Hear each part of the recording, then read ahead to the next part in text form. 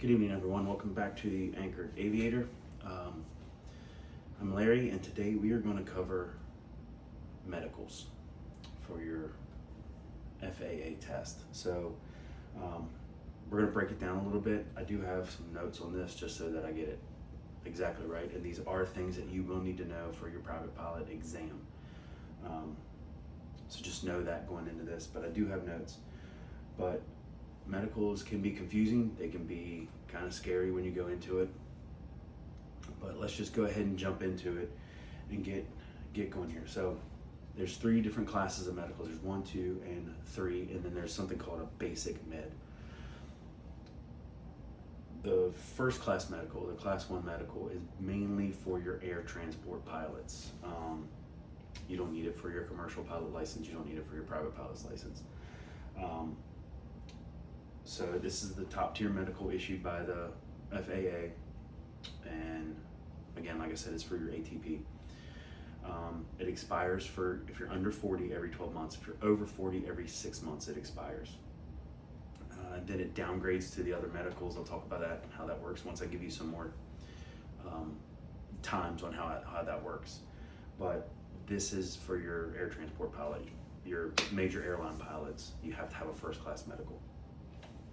Your second class medical, this is for your commercial pilot's license, and you also need it for banner towing, aerial surveys, crop dusting, and charter flying.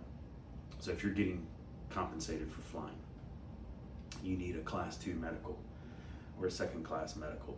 So that kind of wraps all that up, and that's good for 12 months regardless of age. And then you have your third class medical, which most private pilots get, is the third class medical.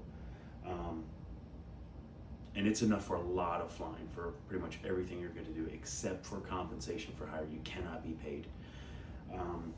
It is for under 50, good for under 40 years of age, it's good for 5 years. Over 40 years of age, it's good for 2 years. A big thing about the class 3 medical, if you were 39 and getting ready to turn 40, get it as soon as you can before your 40th birthday, because then it's good for 5 years. If you get it on your 40th birthday, it's 2 years. So just kind of keep that in mind if you're going that route for the medical part of it. So back to the first class, what I was talking about. So your first class, again, 12 months if you're under 40, 6 months over 40, and it expires. It will automatically bump down to the second class medical because you clearly qualify for that. And then that expires, it bumps down to the third class medical. You have to go to a FAA medical examiner to have this test done. They will go in, they just kind of, it's just almost like a checkup, like a physical. And there are some things that are required that you will have to get done prior to going in. You will have to have an eye test, but it's a certain type of eye test. Your FAA medical examiner can tell you what kinds you need, and they usually have locations for that. So you will need an eye test. Any type of prescriptions that you're on, anything like that, you will need basically a summary from your doctor stating that he's seeing you, he or she's seeing you. You've been on these medications for this amount of time, you have no ill side effects. But it can't be just a letterhead saying, hey, this pilot's good to go. It has to be a summary of everything, pretty detailed, broken down.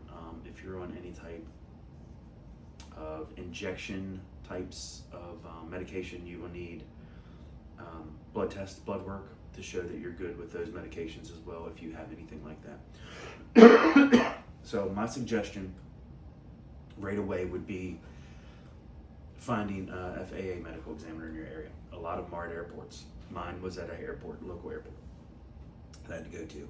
Get in touch with that person and they can basically walk you through with what you're gonna do. For me, my goal is to eventually become a commercial pilot.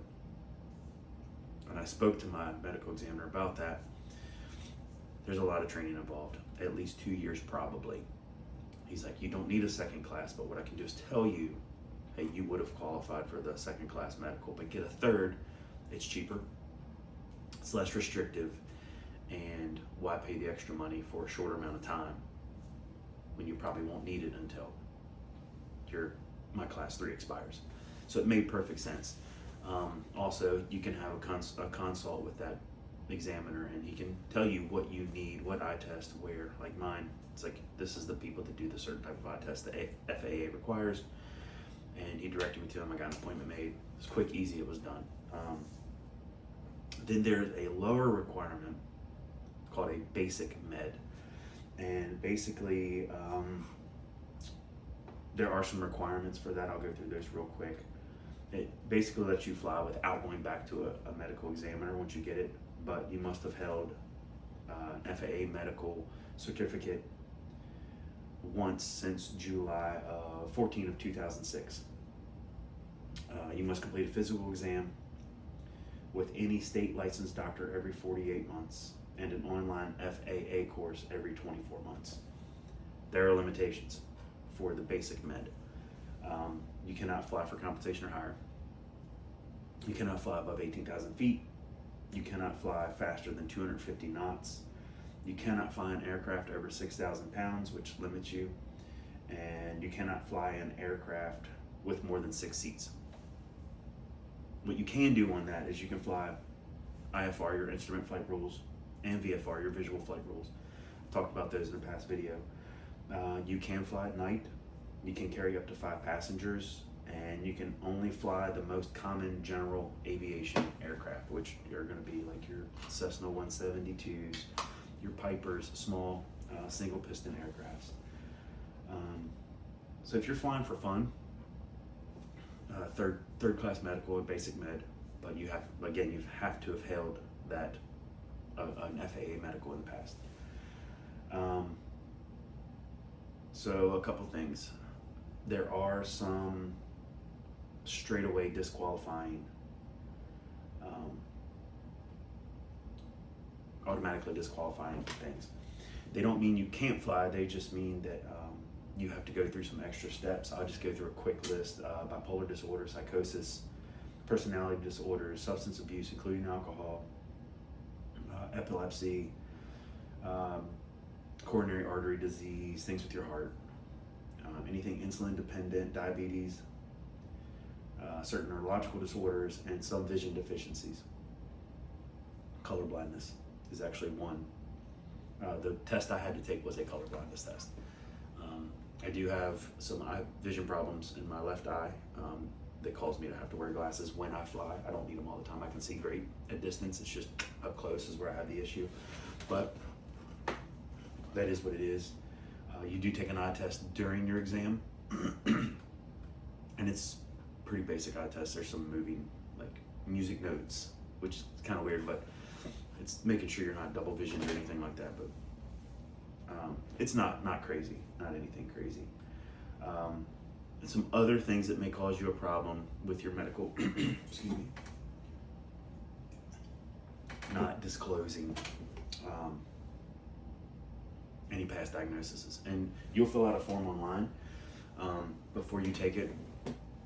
It's a big checklist. And what's kind of strange about these checklists is like, if you've ever been diagnosed with any of these things on this checklist, depression, anxiety, I think we've all had anxiety at some point in time in our lives.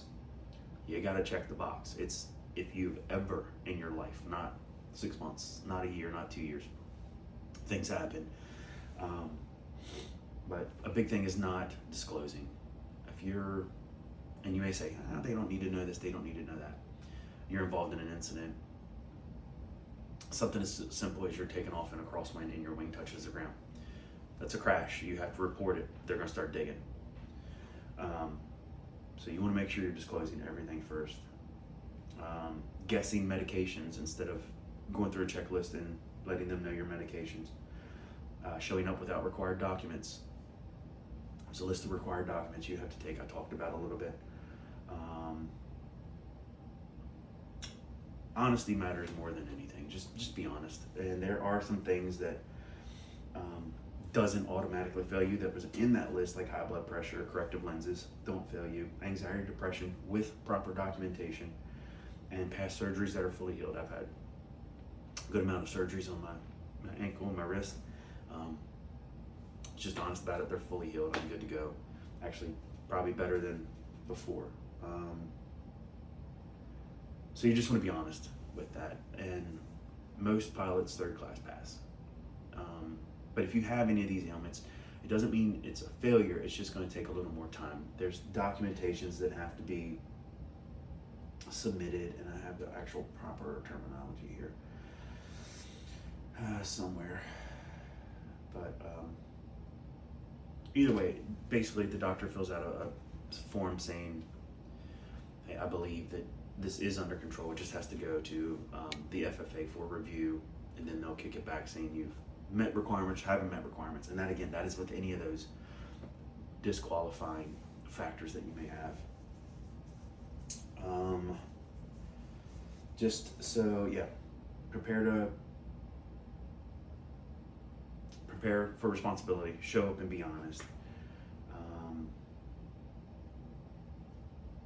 Try not to be anxious. It is kind of an anxious thing. I mean, like I said, when I went to mine, I was anxious. I had to get pushed into an airport, a secured airport gate.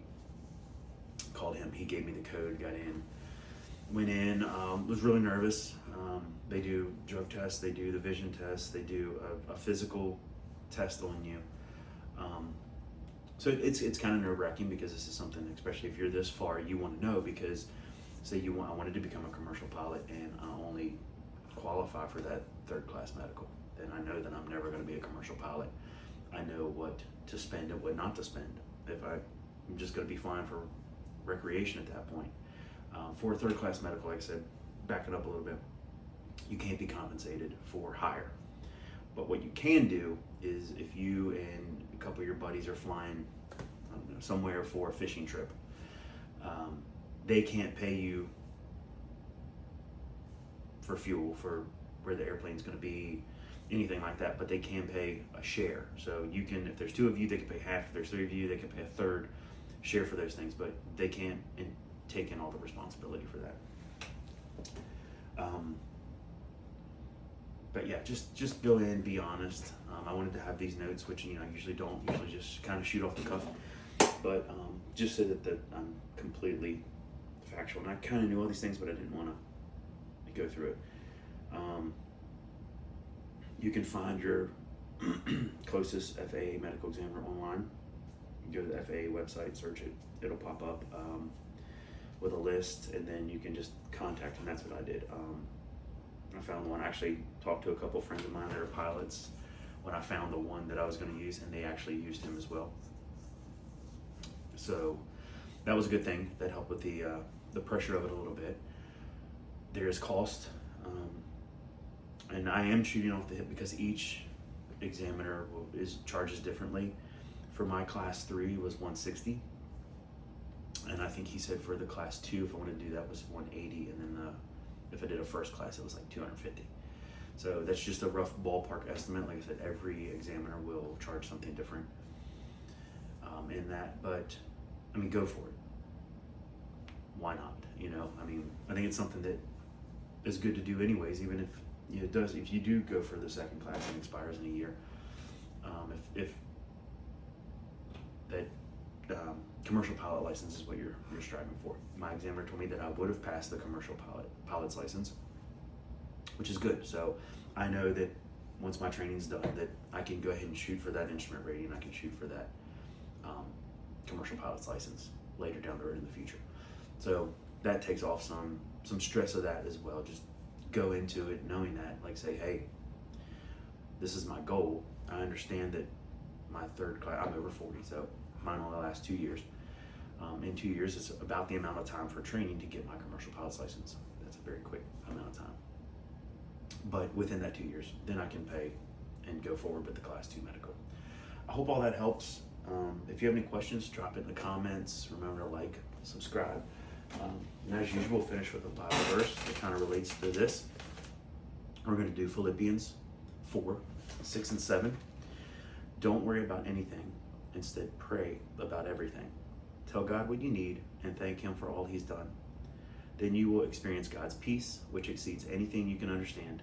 His peace will guard your hearts and your mind as you live in Christ Jesus. So yeah, pray about it, go into it. I'm learning through this process that confidence is key. I go in confidently. I got to fly this week, which was great. Or last week, I guess. Today is Monday. Monday evening, but I know I missed a couple weeks too. I want to jump on that. I got sick 2 weeks ago, and it lasted forever. And then we had a couple snowstorms in the area where I live, so that kind of slowed everything down for me with a lot of stuff. But just be confident, pray on it. Remember, if you have any questions, comment your question. I will get right back with you. Like, subscribe, share. I'm going to try to start posting a little more in this, just because I'm actually getting through ground school pretty quickly now. Things are starting to click with some stuff that in the beginning I was having trouble with. It's come back, and now it's being more practically presented to me, which is helping it click. So I'm going to talk about that soon too. And where I'm at in the ground school, I have found a flight instructor, and everything we're going to be doing with that, I'll be talking about that soon too. We just got to button up some last minute stuff with my flight instructor on that. So things are going great, things are looking good, and I got a lot more information to share with you that's just come with these 2 weeks of kind of being sick and having the snow. I've had a lot of time to research and study, so keep going, push through. I'm here for you, and I appreciate all of you. So again, Anchored Aviator, this is Larry, and I will see you guys soon. Thank you.